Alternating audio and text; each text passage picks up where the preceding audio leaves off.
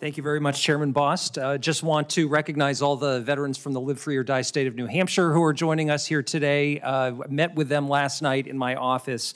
Really appreciative of the priorities that you bring to me each and every time. Also appreciative of the Claim Shark pin that you gave me last night. So thanks very much for all of your work. I wear it proudly. And Commander, I don't want to beat a dead shark here, but I do want to continue to highlight the need for the Guard VA Benefits Act, and no one could say it better than you did in your opening testimony. And I just applaud VFW for your continued work here in going after these unaccredited representatives that are engaging in predatory practices and are taking advantage of our veterans. It's really important, especially as we sit in this big room with so many folks that have served our country in a variety of different ways, to understand that we work for you, that VA works for you, and that it's so critical that we have protections and teeth to the law to make sure that no one is ripping off our veterans.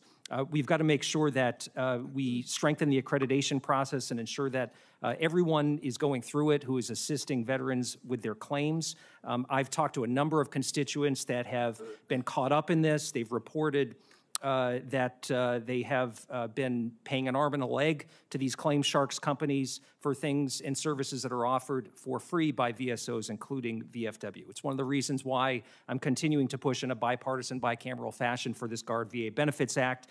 As you said, Commander, this would just reinstate the criminal penalties, which were taken away somehow a few years back, and would make sure that anyone who's assisting veterans with claims has to go through this accreditation process and abide by the law. And it's really important that there's some enforcement capability here, because right now, when a Claim Sharks company is charging veterans whatever they want, there's no recourse. This can be reported and flagged for VA, but there's no way that the government can go after these bad actors. So that's what this is all about. And so, Commander, maybe I could get at this from a different way. There's a competing proposal that's on the table, a bill called the PLUS Act, and it's supported by a lot of these. It has support from a lot of these Claim Sharks companies and lobbyists who have been having a flurry of meetings here on the Hill.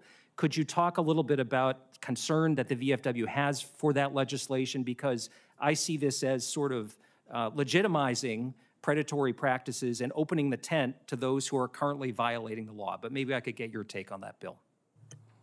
So the PLUS Act that you mentioned, you know, the major competing companies that are the sharks wrote the bill. And what is pretty offending, at least not from a veteran, but not for you, but to read this, is they wrote it in a way that, yes, we'll make it illegal for the other people, but it's okay for us. But anybody comes behind us, we're good. And they put in law for those that haven't jumped on board yet and you get grandfathered in, that it's illegal for them, and yes, put them in jail or do whatever you do to them. This is, everybody here knows, I mean, I'm preaching to the choir. Everybody got the pins on and we love it. We know how important this is. We know the money they're throwing at this. Look, we're veterans. We don't have no money to do that. We're thankful you allow us to come here and speak and give us our feelings and give us what our beliefs are. You allow us to come into your office and talk to you and your staff personally. That's what we do. But we don't have money to throw at this like they got. And I want to thank you for holding the line. Thank you so much for that.